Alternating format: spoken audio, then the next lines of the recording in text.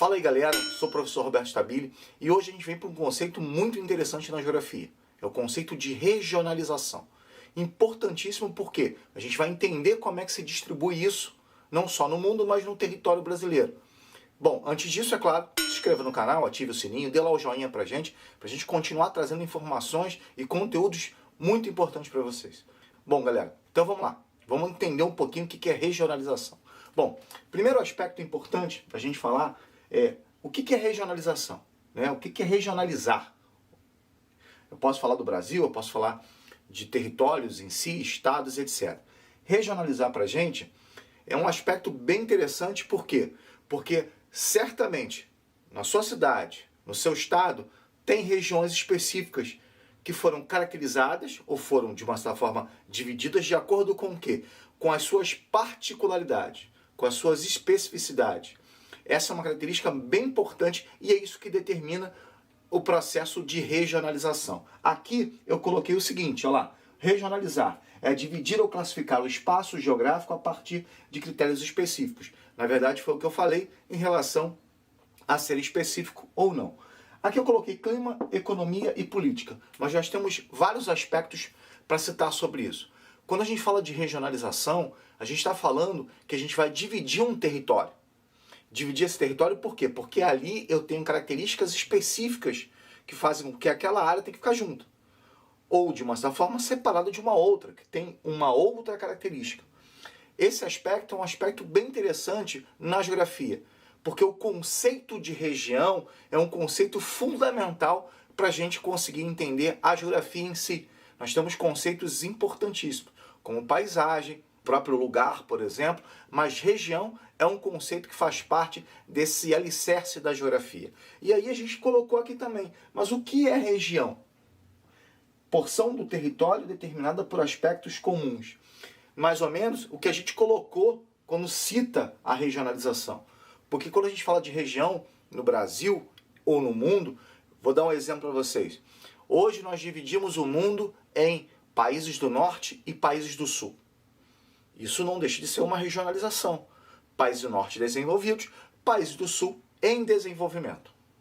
Dividimos o mundo em 3 mundos. Até hoje as pessoas continuam falando isso, né? Falando assim, olha, o Brasil é um país de terceiro mundo. Essa classificação é uma classificação antiga, quando surgiu o termo de subdesenvolvimento. E aí a gente classificava o mundo da seguinte forma. Primeiro mundo, desenvolvidos capitalistas ou capitalistas desenvolvidos. No segundo mundo, os socialistas. E o terceiro mundo, os capitalistas subdesenvolvidos. Por isso que nós tínhamos 3 mundos. Essa classificação acabou porque não temos mais os países socialistas. Na verdade, temos alguns, é claro, mas não temos mais aquela divisão que existia do mundo leste-oeste, que também é uma outra divisão regional, leste-oeste, o leste socialista e o oeste capitalista, era uma outra divisão. No entanto, quando acaba o socialismo, acaba o bloco socialista liderado pela União Soviética, na verdade não tem por que eu ter mais o primeiro e o terceiro mundo. Eu passo a ter o quê? Países do norte desenvolvidos, e essa linha não é a linha do Equador, tá? É uma linha que circunda, inclusive, países como a própria Austrália. Então vai ao sul. Então, países do norte desenvolvidos, países do sul em desenvolvimento. Então, não deixa de ser uma classificação no mundo. Mas eu posso dividir, por exemplo, a América. A América, eu divido a América de 2 formas. A América anglo-saxônica e a América latina, onde você tem do México para o sul, e a anglo-saxônica, devido à colonização, Estados Unidos e Canadá, ou a divisão que a gente chama de praticamente política, que é a América do Norte, que é México, Estados Unidos e Canadá, América Central, os países, né, que fazem parte tanto da insular quanto da continental, e América do Sul. Pronto. Nós temos 2 classificações também da América. E no Brasil também nós temos classificações. Inclusive, estou falando assim, classificações. Por quê? Porque no Brasil a gente tem características que fizeram com que nós tivéssemos olhares diferentes no território brasileiro. Antes disso, eu quero falar um pouquinho mais do que é região para vocês. Aqui eu estou colocando o espaço da identidade. Muitas vezes as pessoas, elas caracterizam a região pelo encontro de população, ou de cultura, ou de etnia que eu tenho naquela região. Então você pode dividir a região, por exemplo, como uma região indígena, onde você tem o quê? Os povos indígenas, essas minorias étnicas, como os quilombolas, por exemplo, É uma divisão. É uma divisão por identidade, o espaço de identidade. É muito comum. Da mesma forma quando a gente fala do espaço rural e espaço urbano. Não deixa de ser uma divisão. E é claro, conforme o tempo vai passando, a gente vai tendo características diferentes nesse processo regional. Eu posso muito bem ter, como eu já falei para vocês, 3 mundos e um mundo norte, países do norte, países do sul. Por quê? Porque historicamente ocorreram mudanças que eu tive que, de uma certa forma, reestruturar os meus conceitos para que eu pudesse, de uma certa forma, entender que o mundo é, de um lado, capitalista e do outro lado socialista, mas esse bloco socialista ele se fragmentou. Então tem que reclassificar o mundo. Né? Mais ou menos, isso é regionalização, mas aí vamos falar do Brasil. Para mim, o Brasil é o assunto fundamental. E para os vestibulares também. Porque por mais que eu fale sobre a América, sobre o mundo e etc., sempre é bom entender como é essa regionalização do Brasil. E nós conhecemos. Por quê? Porque cada um aqui que está assistindo esse vídeo, de repente mora numa região diferente. E entende essa classificação por meios de alguns elementos particulares. Talvez pela localização no território, pelas características climáticas, pelas características políticas ou características econômicas. Bom, então vamos fazer da seguinte forma. Como é que foi a classificação do Brasil? E como é que a gente distribui isso? Primeiro eu já vou adiantar para vocês. Coloquei aqui, mas nós temos 3 classificações de grande importância. Ou seja, que a gente destaca. Por quê? Dessas 3, 2 pelo menos são comuns em provas. Principalmente nas classificações dela. O detalhe disso é fundamental para qualquer tipo de prova. Às vezes, as pessoas levam um conceito muito profundo, estudam uma série de coisas, mas esquece de alguns detalhes. Vou dar um exemplo para vocês. A gente está falando de 3 regionalizações importantes no Brasil. A primeira regionalização importante é do IBGE, que começa em 1942, tá? Eu coloquei em 1988 porque em 1988 eu tenho uma nova estrutura no território brasileiro. Eu tinha territórios e eu passei a ter estados. Por exemplo, o Goiás ficou dividido, passou a ter o Tocantins agora. Então, eu fiz uma redistribuição e uma redivisão no território brasileiro. Consequentemente, eu refiz uma classificação. Claro, é quase a mesma classificação de 1942. No entanto, eu tenho novos territórios.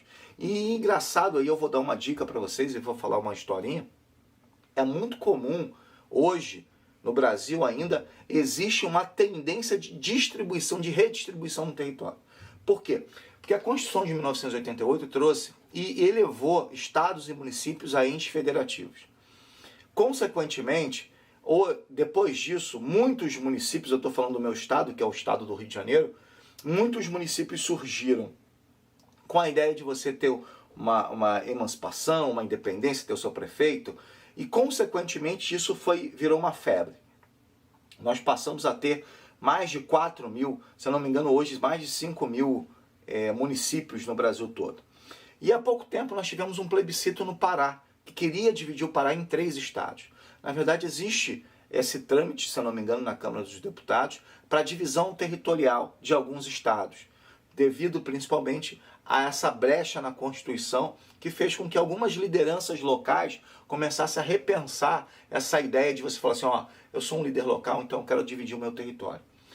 O caso do Pará não deu certo, na verdade a população votou contra a emancipação, ou seja, a divisão do território paraense, que seria 3 estados, então o Pará continua da mesma forma.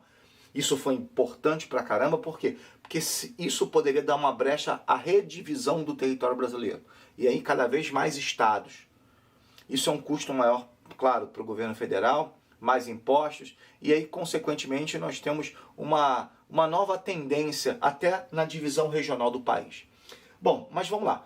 O IBGE é praticamente o nosso carro-chefe em termos de geografia, porque é o Instituto Brasileiro que foi criado em 1934, com a ideia de você trazer os dados importantes, e até hoje é assim, de grande importância para a gente, que nós somos geógrafos e os próprios estatísticos, de observar quais são as transformações que nós temos no território brasileiro, em termos de população, em termos de distribuição econômica, indústria e etc. O IBGE é muito importante.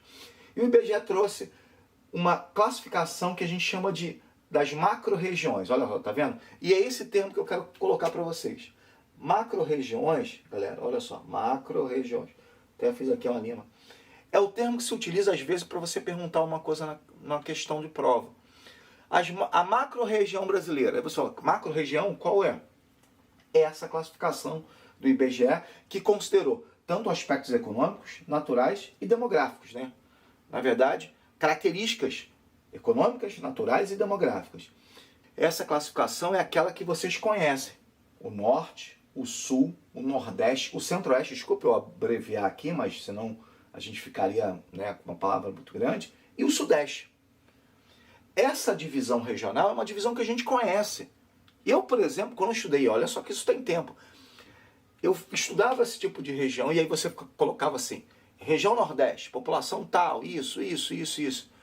É óbvio que a gente não faz mais isso, né? A gente não caracteriza mais em termos de população, principalmente porque ela muda constantemente, mas essas macro-regiões são de grande importância para a gente entender a classificação do IBGE de uma forma geral, tá bom? Esse é o primeiro conceito e é muito utilizado, tá? Esse é um dos que são mais utilizados, é a classificação do IBGE. A segunda classificação vem do geógrafo que foi meu professor, tanto na graduação quanto no mestrado, Pedro Geiger, um senhor, né, super inteligente, um cara fora do normal, que criou os complexos regionais. E aí eu já falo para você o seguinte, posso dizer que também faz parte de um grupo de provas que é muito comum de cobrar parte de complexos regionais. Qual é a diferença entre eles? Olha só, aqui eu tenho macro-regiões com 5 regiões. Aqui eu tenho complexos regionais com 3 regiões, onde eu não divido por estados. Eu divido por características, principalmente do desenvolvimento econômico e do processo de industrialização. Então eu tenho mais ou menos da seguinte forma. A Amazônia, a região praticamente quase não habitada do Brasil. Nessa época a Amazônia não era nem uma área urbana, pelo contrário, ainda era rural. O Brasil também não era nem urbano ainda. O Nordeste, que muita gente colocava como região de perdas nessa época, devido aos problemas que cresciam na região Nordeste. Sabíamos muito bem que o deslocamento da capital, fora a industrialização na região Sudeste, e a saída da populacional, tanto que falava sobre região de perdas, perdas populacionais, perdas econômicas, era a região Nordeste, que hoje não é assim, tá? Nordeste, por sinal, é uma região que cresce muito, produção de energia, em muitos aspectos importantes. E o Centro-Sul, que seria a grande área, né? O grande coração do Brasil, a coreária brasileira, que junta parte do Centro-Oeste, parte do Sudeste e a região Sul como um todo. Essa região seria a região economicamente desenvolvida, onde você tem atividade econômica na agricultura, no setor primário, secundário e terciário, em grande escala. Por isso que é a região mais importante do Brasil. Ou era, vamos citar dessa forma, pela classificação de 1967. Então, essas duas classificações, os complexos regionais, vou botar aqui, ó, e as macro-regiões são as mais cobradas nas provas. Então é importantíssimo que você veja isso, tá bom? E a terceira, quase não se fala muito sobre ela, mas é uma classificação importante porque é um geógrafo brasileiro de renome internacional, dos maiores geógrafos, se não o maior geógrafo brasileiro, que é Milton Santos, mas a Maria Laura Silveira também fez parte desse processo, que é os 4 Brasis. E aí você fala assim, 4 Brasis o que modificou? A diferença é que já no século XXI eu tenho uma classificação com características ligadas à revolução técnico-científica e informacional. E aí o que eu tenho de importância aí para citar? Principalmente a concentração não só das finanças, mas dos meios de informação aqui, ó, na que a gente chama de região concentrada. Quem é essa região concentrada? Principalmente a região Sudeste e Sul. Na verdade, a região Sudeste e a região Sul. Então fica Norte, Nordeste, Centro-Oeste e região concentrada. Já posso dizer o seguinte para vocês. Não é muito comum cair isso na prova, tá? Não é muito comum. Mas é importante que a gente fale, porque de repente cai numa prova e você fala assim para mim, pô, meu Deus do céu, o que é isso? O que aconteceu? Tá bom? Bem, galera, falamos bastante sobre regionalização, uns detalhes importantíssimos. Nossas aulas vão continuar, nós vamos falar sobre as regiões brasileiras, que é um assunto de grande importância para vocês. Bom, espero que todos tenham entendido. Não se esqueça de inscrever no canal, ativar o sininho, dar o joinha, falar com a gente aqui ó, nos comentários. É bem interessante que a gente tenha esse bate-papo. Galera, até a próxima aula. Um abraço.